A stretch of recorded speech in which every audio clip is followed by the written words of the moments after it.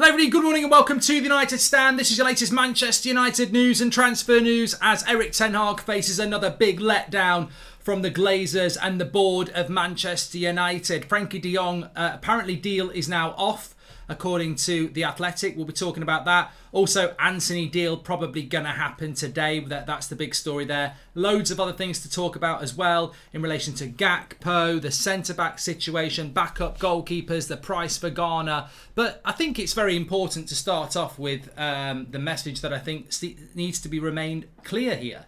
That I predicted this yesterday and many of you did. Manchester United won on Monday night and suddenly the expectations of what is apparently going to happen according to last Friday are not going to happen anymore.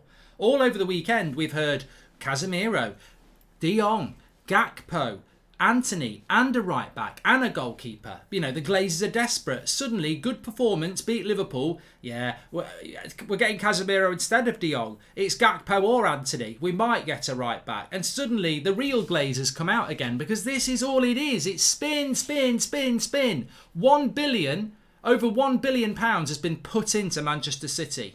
Over £1 billion has been taken out by the Glazers. We remain in debt. And this summer transfer window remains an absolute shambles. Do not let them pull the wool over your eyes that Casemiro and overpaying for Antony makes this a good summer transfer window. Frankie de Jong was the priority signing for Erik ten Hag. We spent all summer on it.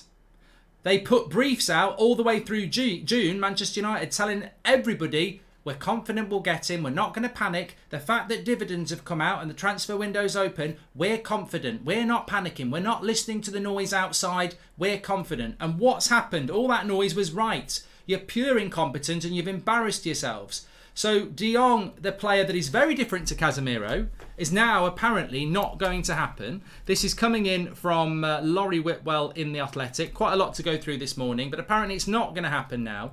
Manchester United's pursuit is considered done.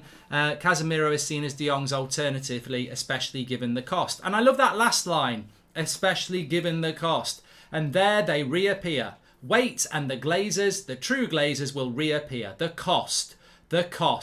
We knew. It's all about money. The only reason they've ramped up last week is because we'd lost our first two games and Sir Jim Radcliffe wants to buy the football club. So suddenly all this talk of £300 million spends come out and half the fan base swallow it up like gullible little fish.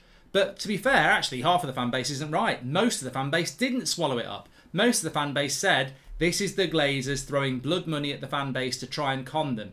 But the problem with the Glazers is they're so irrelevantly stupid at running a football club. They now think because they bought Casemiro and because we beat Liverpool and played well, the fan base is so thick and stupid, they'll be like, it's fine. Forget about Glazers out. We've got Casemiro and we've beat Liverpool. Everything's fine. But it's not fine. It's not fine at all. And even if you did buy De Jong, it still wouldn't be fine. And even if you spent another £400 million in the next week and a half, it still wouldn't be fine because people can see you for what you are. So pack your bags and get out and do it as soon as possible because you're just elongating the inevitable here that I don't think this fan base this time is going to be fooled. And so many of you said it yesterday. We beat Liverpool. If we'd have lost to Liverpool on Monday night, Antony would have signed yesterday and we'd be in Barcelona chucking silly money at De Jong. I guarantee it. You can't live in an alternate universe, but we all know that's what would happen.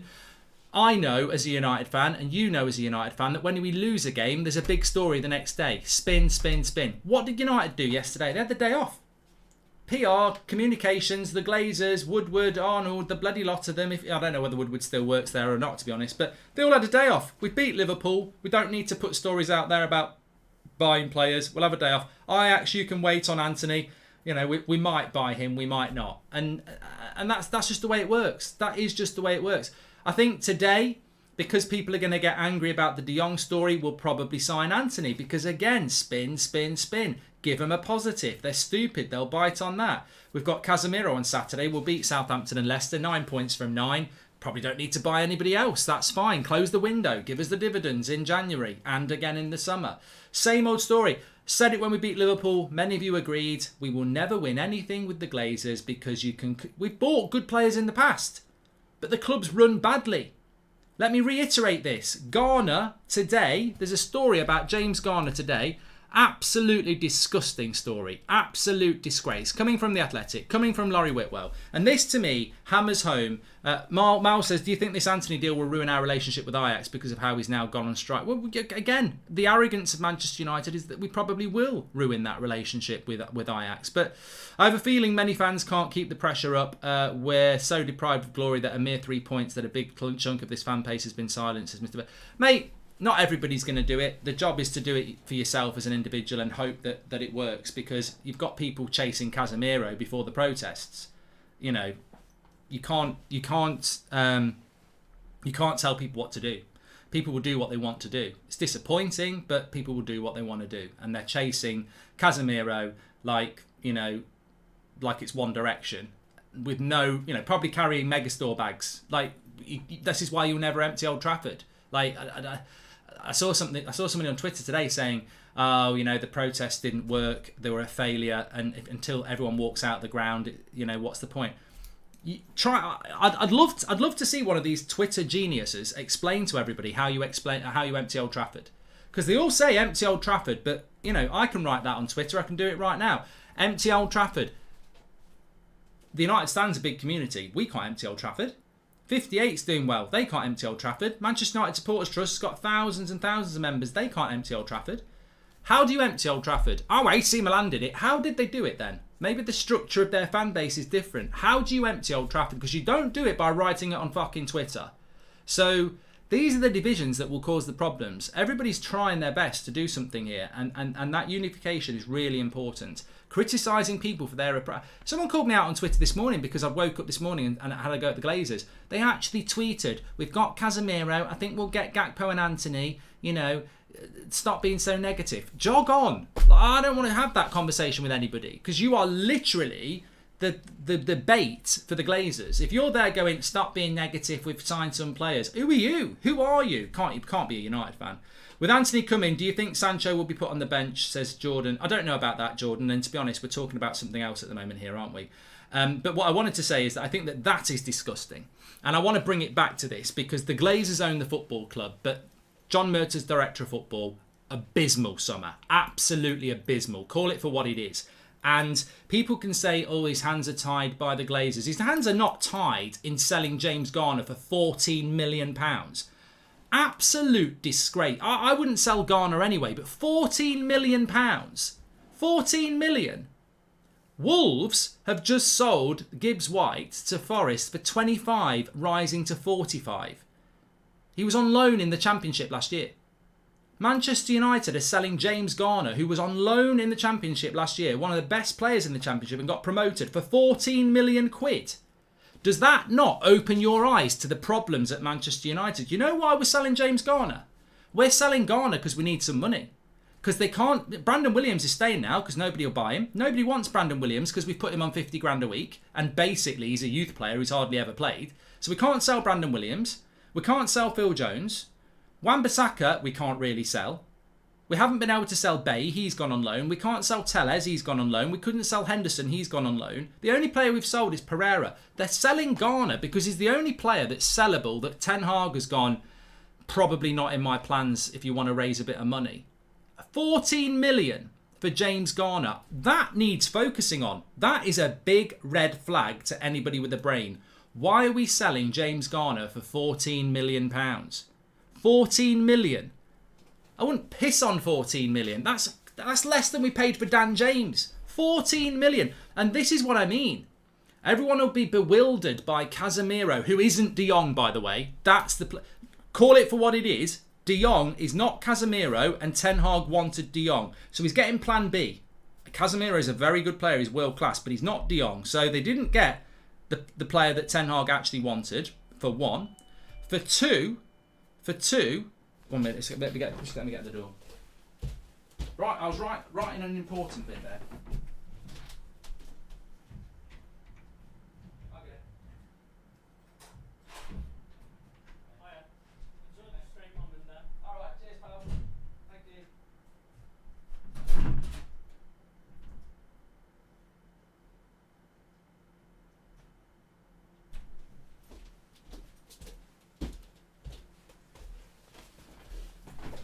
Right in the middle of the stream.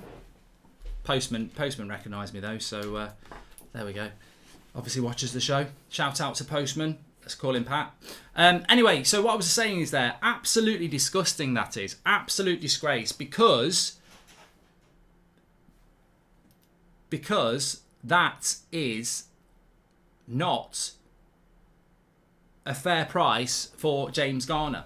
I know our Ajax don't have to sell, but if our relationship sours with them, they have to take some blame too. 100 million for Antony's robbery. We'll talk about Antony in a minute, Mohammed, but I think we need to, you know what we need to do? We need to, as a fan base, we need to start having this conversation more and more and more and more. This is what we need to have. This sort of conversation more and more and more, because we're too easily led on distraction tactics from the Glazers. I think Manchester United is run by incompetent people. Slow sports news. You know why I think that? Because we've been incompetent for 10 years. I don't know Richard Arnold. I don't know John Murtagh. I don't know the Glazers. But I'm sorry, the way that football club is run, I think you'd get sacked at Norwich. I think it's a crap run club. And people were saying, wow, look at Goldbridge moaning when we bought Casemiro. That was really hard, wasn't it? I've got £60 million and I've got 350 grand a week for you, plus a signing on fee. I mean, what was hard about signing Casemiro? Nobody in the world was going to pay £60 million for Casemiro, plus 10 in add-ons, by the way. No one was going to give him 350 grand a week either. We bought him. We've just literally bought him. There's not been any. We did it in hours. It was just Real Madrid cannot believe their luck, and Casemiro cannot believe the wages. Doesn't mean he's going to be a bad signing, but it wasn't a masterstroke, and he was a backup plan to De Jong by the looks of it.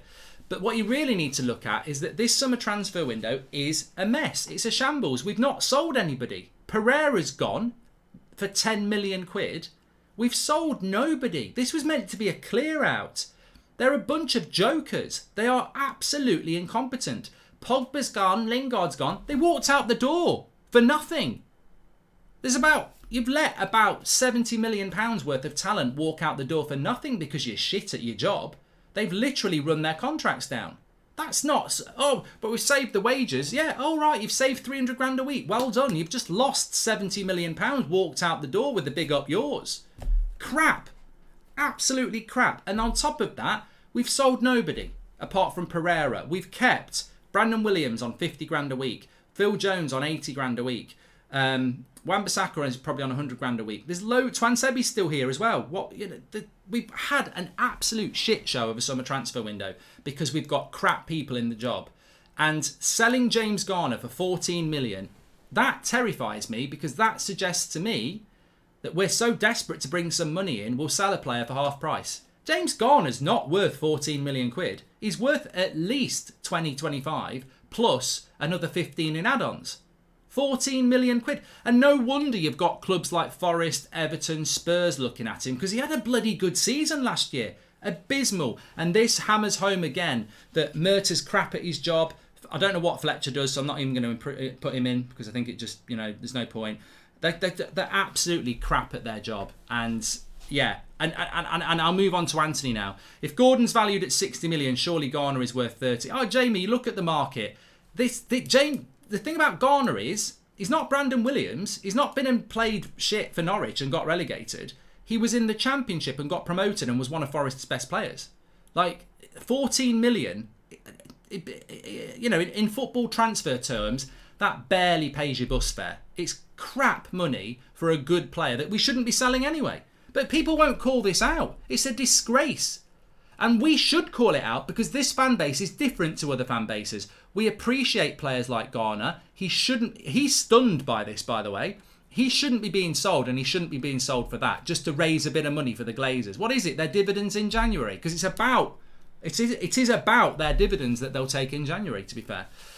So yeah, I'm not happy about that at all. And I think it just demonstrates that, look, we can all say billions of pounds taken out of the club by the Glazers, debts over 500 million, no title and no title charge for 10 years, complete incompetence in the board running through the football club, toxicity in the football club, crap in the transfer window. There's a massive list of why the Glazers are incompetent, but don't be fooled that this summer transfer window is good. Up until last Wednesday, this transfer window was absolutely shit. All that's changed is someone tried to buy the club and the Glazers pulled out 150 million to buy Antony and Casemiro. Pure desperation. We were going to sign Rabiot and Arnautovic. It's desperation. It might work because Casemiro and Antony are very good players, but it's desperation. That's what it is. And I mean, look, this is coming from Laurie Whitwell as well, talking about the Antony deal. He says Ajax want 100 million euros, but a figure of 94 million has been mentioned as a potential compromise for Antony. Now, I have to be very careful here because I know some people disagree. I bet if new owners came in, people like Phil Jones, Brandon Williams would be gone first. You just write off their contract, Dazzo. If they were at Chelsea, they'd be kicked out. They'd just say, get out. I'm considering buying Garner for 14 million, says Akil. I mean, to be honest with you, we probably could do a fund me and buy Garner because it's such a crap amount of money. I'll have Garner at Newcastle, says Rick. He'll go off and do something good with his career as well. I mean, the fact that we're keeping McTominay and letting Garner go is just hilariously stupid. But as we know, that's what it comes down to with Manchester United. But this also terrifies me as well. And I think the last two things we've spoken about are two things that we really need to think about. James Garner is going to go for 14 million. Gibbs White's just gone for a £45 million package potentially to Nottingham Forest. They were both in the Championship last year. Make that make sense. And why are we even selling Garner? Secondly, this is a joke, an absolute joke. And you know who I blame for this? The Glazers, 100%, because this deal should have been done in early June when we had a good relationship with Ajax and they would have sold him for about 50 million quid. Arrogantly, we were like, we're not paying this, we're not paying that, we're not paying this. And then in the last week and a half of the transfer window, we are willing to pay £80 million, 80 million, not euros, £80 million for a Brazilian 22-year-old who plays in the Eredivisie. He's not worth £80 million. Pepe was not worth £70 million to Arsenal. In a way, I would have loved Pepe at Manchester United and I thought he was a good signing for Arsenal, but I thought the price was ridiculous. So I'm not going to be inconsistent. I liked Pepe. I would have took him at Man United. I know he's flopped at Arsenal and maybe he'd flopped at United, but I did like him. Again, I think another left-footed right winger. We are dangerously putting a big red flag on this Antony deal if and when it goes through. Because I know how it works. You know how it works. We're going to spend £80 million on a player that nobody thinks is worth that. He's going to be scrutinised to absolute kingdom come. Every touch, every analyst, every media outlet, every fan is going to analyse every part of his game because we have paid stupid money for him. And he shouldn't be coming in for that fee. The pressure on him is ridiculous. And, hopefully he will be a success. But again, it's desperation and it's luck if it does happen because we are overpaying. We basically need him. I said this the other day. For Antony to be a success, we need him to come in and be Mo Salah. Week in, week out, world class.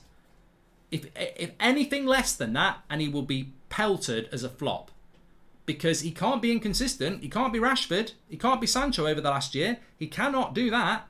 80 million quid he has got, and he's not got the English passport to protect him. So look at what happened with Martinez in week 1 with the press. Straight on to him. He's Argentinian. He's not got an English passport. So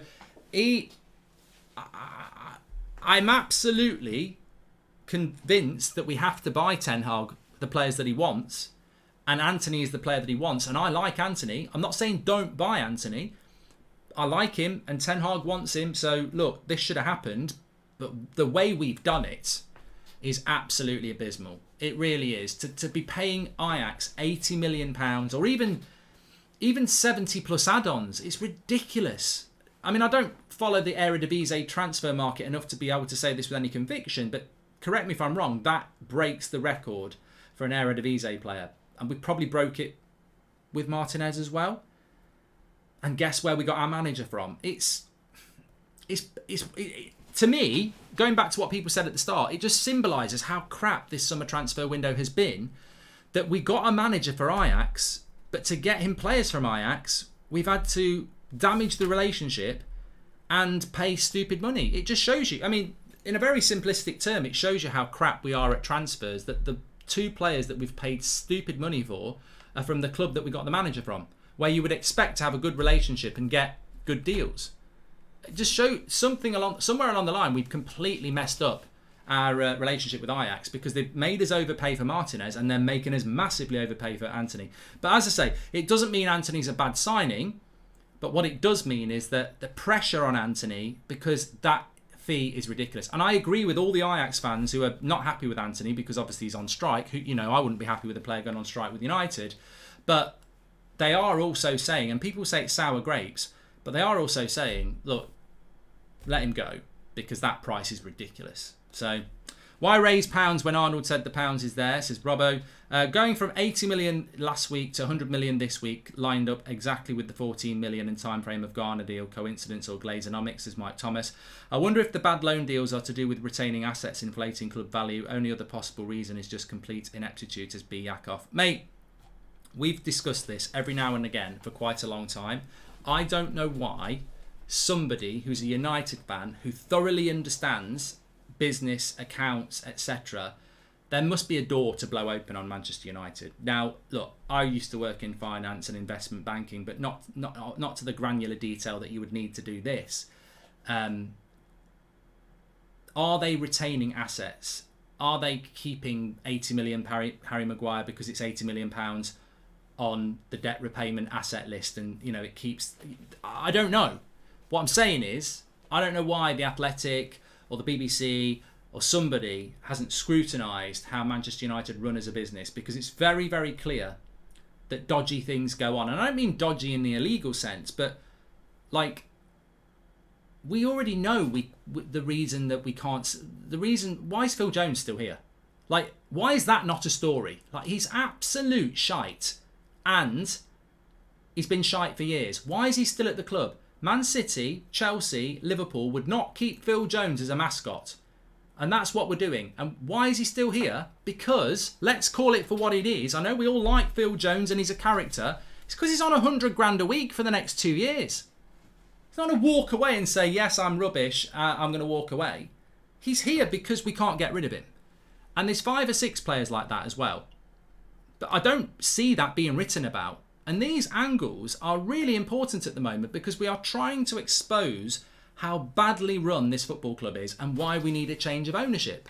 And there doesn't seem to be a hunger to delve deep into why it is that Manchester United is so badly run and the bad decisions that they make. And I think that James Garner one is absolutely disgusting. To be selling a young talent for such a cheap price is a disgrace. We have more chance to make profit by selling Maguire and keeping Garner than keeping Maguire and selling Garner, says Sarvish.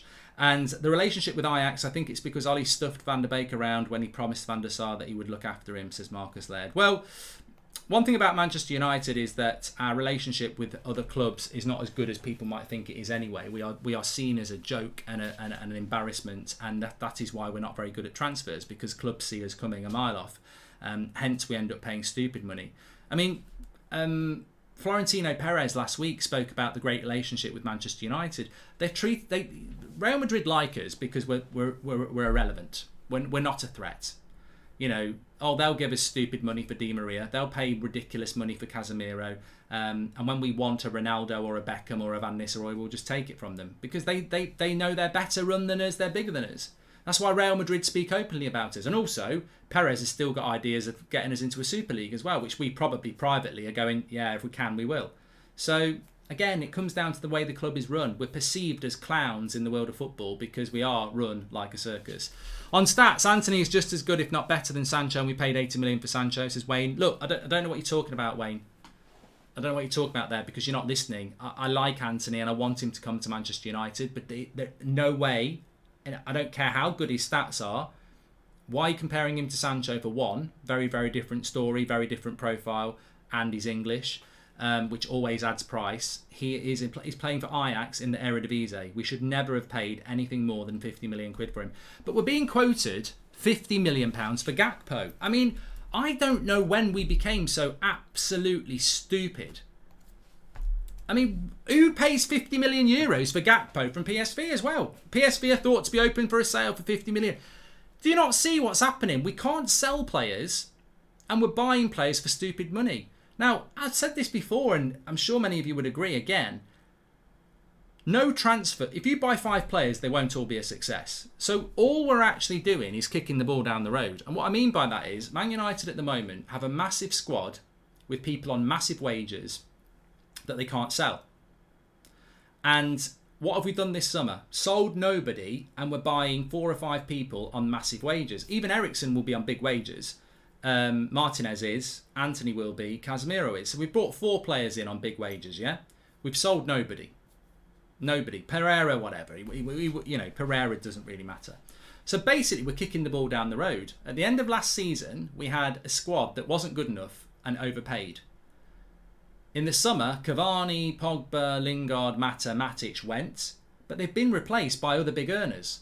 So we're starting this season in the same position as we finished last season. I think the squad quality is better and we've got a much better manager, but the squad is still too big and it's still overpaid.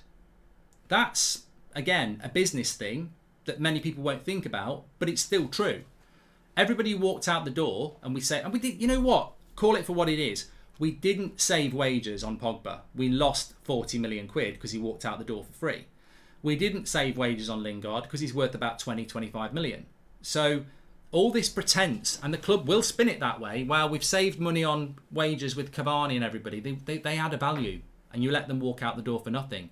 You might be saving wages, but anybody knows Pogba was worth 40 million and anybody knows that Lingard was worth 20 million, and you probably could have got another 10 for Mata, Matic and Cavani. So 70 million pounds just walked out the door this summer.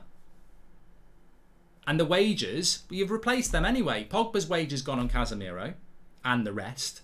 Lingard's wages have probably gone on to Eriksen. And Martinez is probably earning what Mata was earning. And obviously Antony's probably going to be on what Cavani was earning. So the wages have gone. We're back where we were. And what worries me is in the future, not all this squad is going to succeed. So next summer, we won't be able to sell the players again.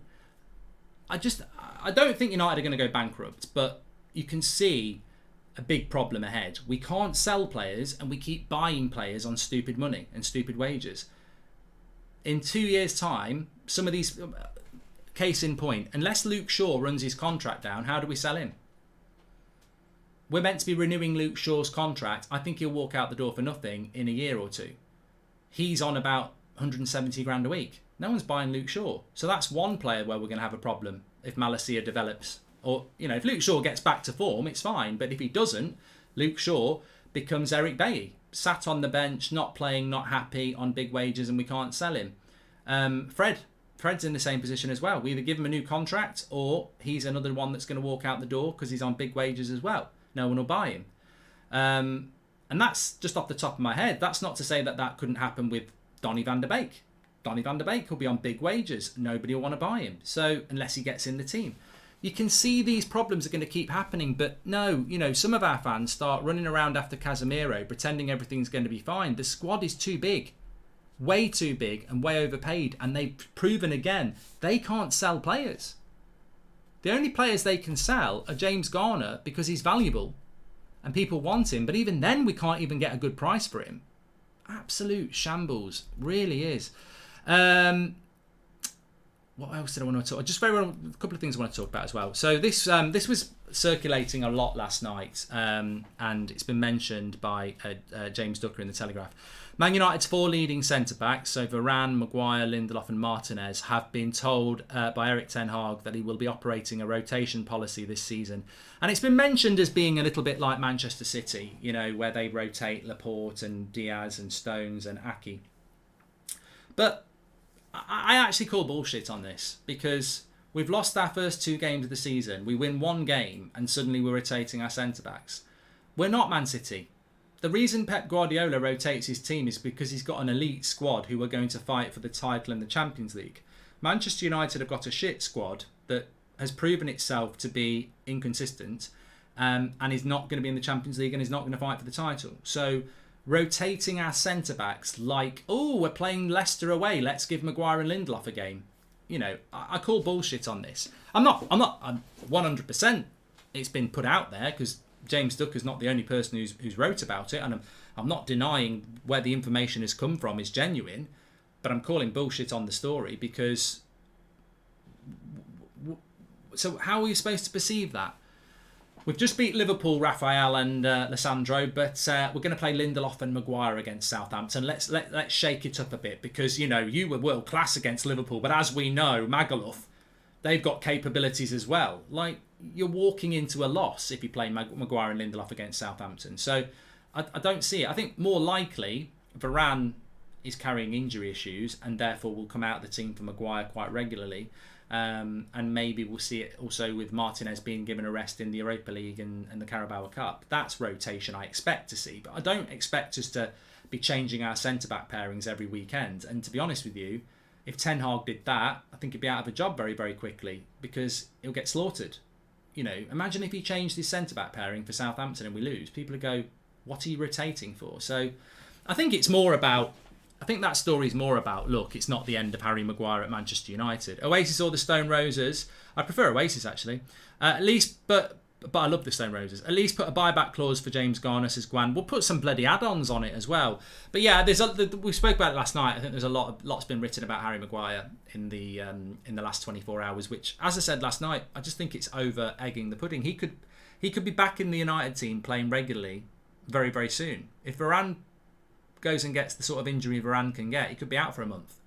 And then Harry Maguire's straight back in. So I think this whole having to put stories out that it's not the end of Harry Maguire, I think we all know it's not the end of Harry Maguire. You know, if he starts a game, he'll be captain. So, but while Varane's fit, he shouldn't play for United again until Varane's injured, which could happen at any point. It's like, unfortunately, and I don't want to upset Ricky if he's watching, but Martial and Varane, Erik Ten Hag could come into the press conference on Friday and say they're both out for Southampton. That's how I feel about those two players. I want them both to play regularly and I like them both. And they're really important to us this season. But they're not as bad as Cavani, but you always sense you might not hear anything all week and then suddenly they're out of the game on Southampton. So there'll be plenty of game time for Harry Maguire. But rotating your centre-backs like we've got, you know, 4 of the best in the world. And also, let's not forget, Maguire and Lindelof are completely different. I mean, Eric Bailly's in Marseille now, so he's going there. And again, I think that's a crap deal. I think loaning Bailly, again, look, I think it's really important that we discuss that even when we sign Antony and Casemiro, it's still a shit summer transfer window because we've overpaid for Antony and Casemiro's not De Jong. And it's been an absolute shambles in selling players. And Eric Bailly is one of the players that we really should have easily got money for because he's still in his 20s. He's been fantastic for us when he has played. He's actually not been injured for a long time. And we're loaning him to Marseille and getting £5 million for him if it goes well. He's a £15 million centre-back at least. And we can't sell him. And the question will be, well, if he's so good, Mark, why can't we sell him? Because we've got him on a long contract on big wages. We seem unable to recruit people into our football club that know football. If you renew Eric Bailly's contract like we did a year ago and you give him 100 grand a week, that makes him unsellable. And he was only ever going to be on the bench because he was only ever on the bench before that. So basically that goes down. It's not the worst contract we've ever given because we've given a lot more worse than that. But Eric Bailly was never getting game time at United. We gave him a long-term contract on 100 grand a week. And then we wonder a year later why we can't sell him. We don't pay him and he's on wages that are better than most top 6 players. And then, you know, we're loaning him up. I mean, I don't know whether Marseille are covering all his wages or whether we're covering part of it. But again, it's just pure stupidity. But what I was going to say about that is, back in a footballing sense, is, you know, I look at Varane and Martinez and they played the way that Ten Hag wants to play. We saw the high line in the first half. We saw the recovery pace. We saw the aggression to go and win the ball, especially Martinez. You know, if that ball comes into the striker, he'll go and get it. He backs himself to go and get it. Lindelof and Maguire, you think back to the goal, the first goal. If you watch the first goal, right, this is a really good example if you're interested in tactical analysis. If you think back to Rangnick against Liverpool at Anfield back in, was it March? Maguire, I think it was Maguire, could have been Lindelof, tries to do what Martinez is good at. Goes to the striker, wins the ball high up. Maguire goes to the striker to win the ball high up, doesn't get there in time, the ball gets knocked past him, the striker spins and Maguire's out of the game. So Maguire and Lindelof can't do what Martinez does, can't be aggressive because they're not quick enough, and they can't do what Varane does, cover the run. So if we lose Martinez or Maguire, even if you play Maguire with Martinez or Lindelof with Varane, it's a huge drop-off. The high line won't work and the aggression won't work because Lindelof and Maguire cannot do what Varane and Martinez do. Varane and Martinez, if they played every game, we'd be fine because they know what to do. They know the Ten Hag role. We are dangerously short at centre-back. You look at Liverpool, I know they've had a bad start to the season, but they still played the high line against us. Mistake, but they still did it. Normally, you've got Van Dijk, Gomez, Matip, Konate. You lose Van Dijk and Gomez, you play Matip and Konate. There's not much of a difference. They're all very quick, athletic centre-backs. We lose Varane or Martinez, we're replacing them with different profile centre-backs. A good team, and Ten Hag would admit this if he was being honest, if Varane's out, he needs another Varane-type centre-back. Maybe not as good, but similar sort of traits. And we don't have that. And we don't have it in the midfield either. When Casemiro gets injured, we're back to McTominay. The squad depth is not great. It really isn't. And this is why, because we beat Liverpool, people think we might get in a title challenge or top four. I still think we'll struggle for top four unless we get really lucky with injuries because, you know, if we sell Wan-Bissaka and Dalot gets injured, it's Brandon Williams at right back. If Varane gets injured, it's Harry Maguire back in the team. If Casemiro gets injured, it's Scott McTominay back in the team. If Martial gets injured and Ronaldo leaves, it's Rashford up front, even if we buy Antony. So we're really weak. We're really weak for depth. But apparently we're having a great transfer window. It's 2:30 a.m. in Canada and I'm livid. Our transfer policy is based around social media metrics. Pete Glazenomics, ridiculous. Glazers out, says Adam. Which brings me nicely on to another story that we have, which is in relation to Cristiano. There was something else I wanted to talk about as well. PSB. Yeah, we've done that about Gakpo. Okay. So this is also coming in from Laurie Whitwell. As far as Erik Ten Hag is concerned, either Ronaldo accepts being rotated and cracks on, or a new club needs to be found. He still wants an attacker regardless, and probably two if Ronaldo leaves. So, I mean, I don't have a massive problem with that. I don't think Ronaldo has a massive problem with this. And I think this is just... got to be very careful about this. I said this yesterday. I think the fan base is in a good position with Ronaldo now. Some people are like, let him go. Some people like me are like, I'd like him to stay. I'm quite relaxed either way. I do want him to stay, but if he finds a club, I wish him all the best. I think these sort of stories tend to make it quite toxic again. Kick him out, get rid of him, we don't need him. And I don't think we need that at the moment. And I don't think Ronaldo has a problem being rotated, because this was discussed with Ranić last year. Ronaldo can't play Thursday, Sunday. He can't do it. He can't play Thursday, Sunday. And at the moment, I always say this, people get overexcited and over-panicked by the start of the season. We're playing one game a week. So there's a lot of people sat on the bench not getting game time. Donny van der Beek and a few others, Harry Maguire. But next week, we start playing, and I think it's all the way through to the World Cup, weekend, midweek, for 8 weeks. So suddenly, all these players who aren't getting game time are going to play a lot more.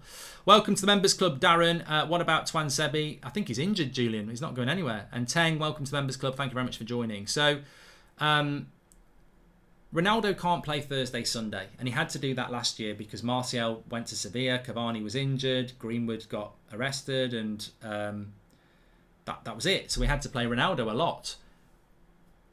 Ronaldo's always been quite open to the fact that he can't play every game. So when we're in the Europa League, he wouldn't be looking to play Thursday, Sunday anyway.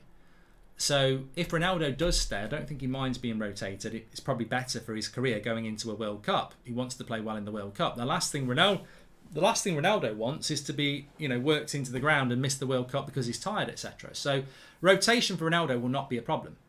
The big issue is whether he's going to stay or not, and that is still to be decided. But as I said last night, if Ronaldo goes, I'm really looking forward to this interview because I think he's going to expose a lot of things. And it might not be to do with the club, it might be to do with the media, but there is a truth that's going to come out, which I think is going to be very interesting, and the time is ticking on that. Martinez, Casemiro, Antony are great signings, but Frankie would have been the game changer. Frankie is pure football, never seen anyone like him, says Leno.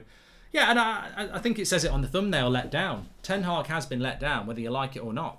He has. This is the player that he built his team around that he's not got. And look, it's only the Athletic saying that this deal is probably done. I still don't believe that Ten Hag is definitely not coming to... Sorry, De Jong is definitely not coming, but... what I do believe is that on Saturday the Glazers were going to buy 4 or 5 players for 200 million, and now because we beat Liverpool they've realised they can save some money and live off the hype of that, because that's what they do. They'll promise the world, and then when they see the Glazer out movement dying down a bit, they'll just walk away.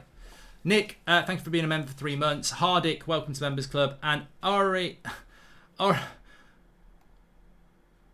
All right, Mark, says Jason. I feel as though this win against Liverpool is starting to wear off with the constant disappointment with transfers. Similar being said from my pals who sit next to me in the ground, says Jason.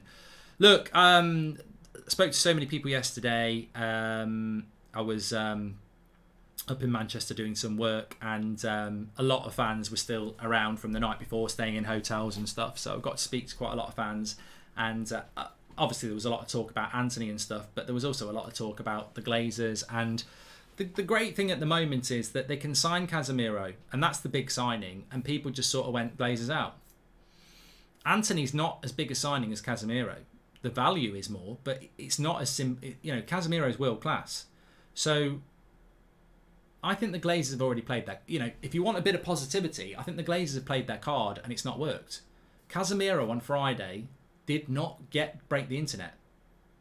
People were still very much get the Glazers out, and they still very much are. Antony, good player. Most United fans I talk to are saying we're overpaying. It's ridiculous what we're paying for him. It's a bad. It's not a bad signing because he's a good player, but it's a bad fee. It's not a good deal. And again, look at Murta, look at Arnold, look at the business we've done this summer. Let's analyse it, right?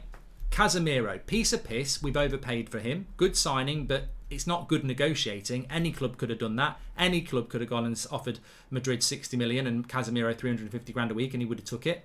So it's not a great deal. Great signing, but not a great hard work deal, is it? It's not one where you go, what brilliant negotiating that was. Antony, £80 million. Come on, that's not great negotiating. Again, that could be another Maguire if we're not careful. Hopefully not, but again, we've overpaid.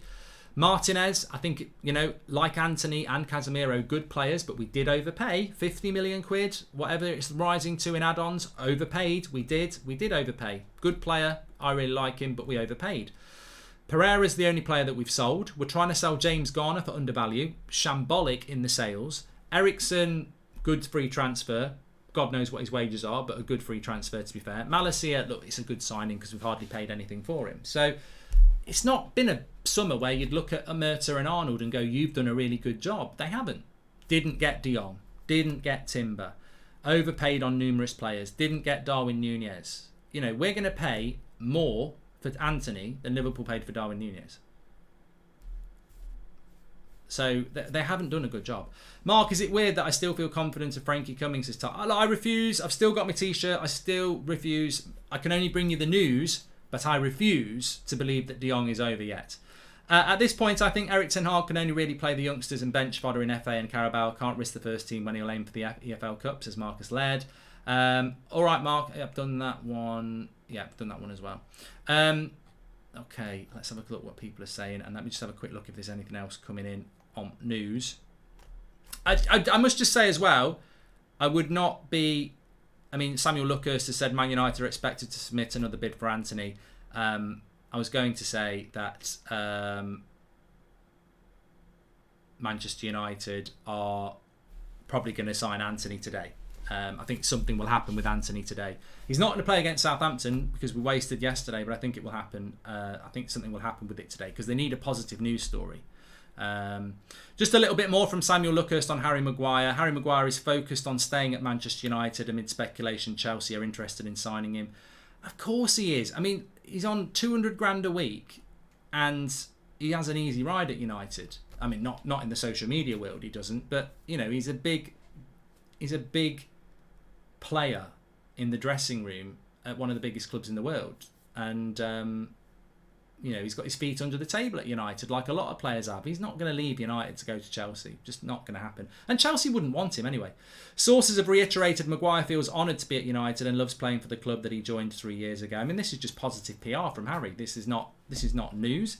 And despite the setback, Maguire is understood to have accepted Ten Hag's decision and is grateful for the respect the Dutchman has shown him by retaining him as captain. So basically, Samuel Luckhurst has had a chat with Maguire or his PR and they put that statement out. That's all that is. I mean, I've got no problem with any of that, but he's honoured to play for Manchester United. Well, good, I'm glad. And he's happy that he's been retained as the captain. Good, I'm glad. Been here 3 years, mate. Not performed.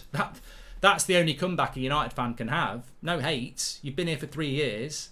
You can be honoured and you can want to work hard, but you've been here for 3 years, mate. You've captained the club for 18 months and you've been the worst captain we've ever had. You've still not fulfilled the question of, are you a Manchester United standard centre-back?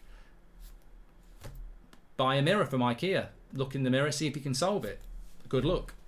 I think he will get more game time and I hope he can perform better, but the cold harsh facts are, and we need to speak in cold harsh facts, because all the jokes about fridges and all that stuff, I mean, look, we're not really in a time for that. I haven't really got any appetite for any of that. We're trying to get the Glazers out. I couldn't give a toss about whether Harry Maguire is a bag of cement or whether McTominay's just a beanstalk and gets picked because he's tall. None of those things matter. I don't think anybody's really got an issue with those players. If you want to talk about football, Maguire's been dropped because he's not good enough. He's not a very good captain. He's not been good enough for United. He's cost us £80 million. He's probably a flop, if we want to be honest. If he's honoured to play for United and wants to work hard, and great, because you are going to have to play games for us, and I hope you can come in and do a job. But I don't need PR spin from a player that's been dropped. We've got more important things. I'd rather Samuel Luckhurst was diving deep into why Manchester United's summer's been so bad, why we're selling a youth candidate, a youth graduate who's just had a fantastic season on loan in the Championship for £14 million, why we're selling him in the first place. Why can't we sell players? Why are most of the players that we were going to sell still here? Why is Phil Jones still here? Why is Brandon Williams still here? Why is Twan Sebi still here? Why is Wan-Bissaka still here?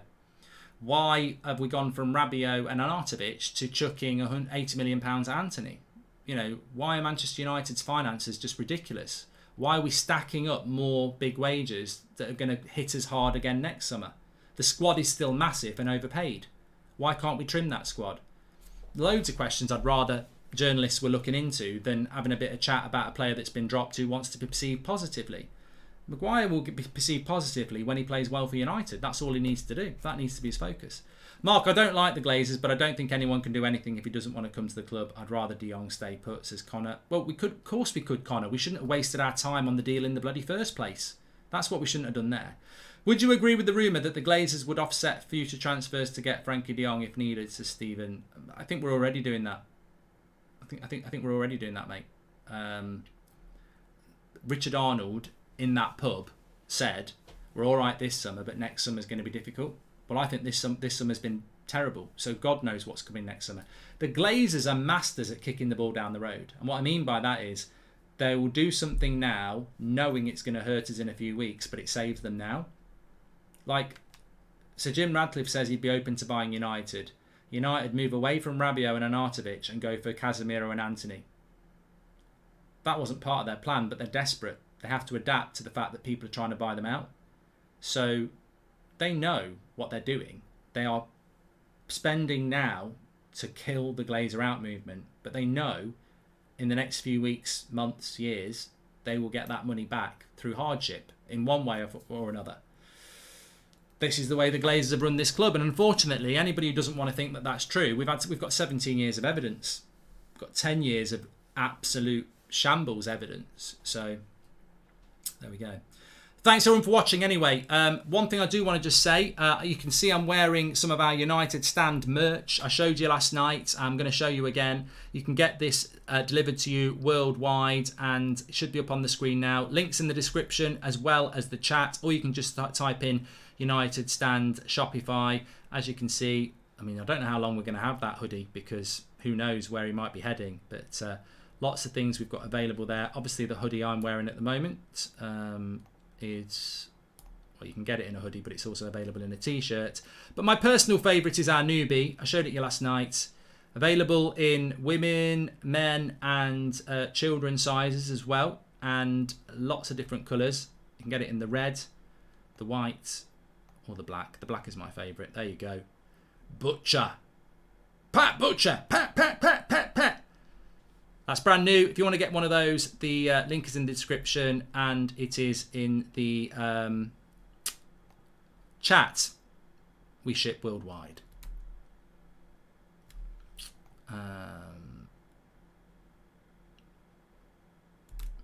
There we go. Thanks everyone for watching. We're back at 2 o'clock. I suspect we might be talking about Antony a little bit later because the Glazers will be going, we're getting a load of shit again. Get the Antony deal done. Spend, spend, spend. Thanks everyone for watching. Take care. Make sure you subscribe. Bottom right hand corner.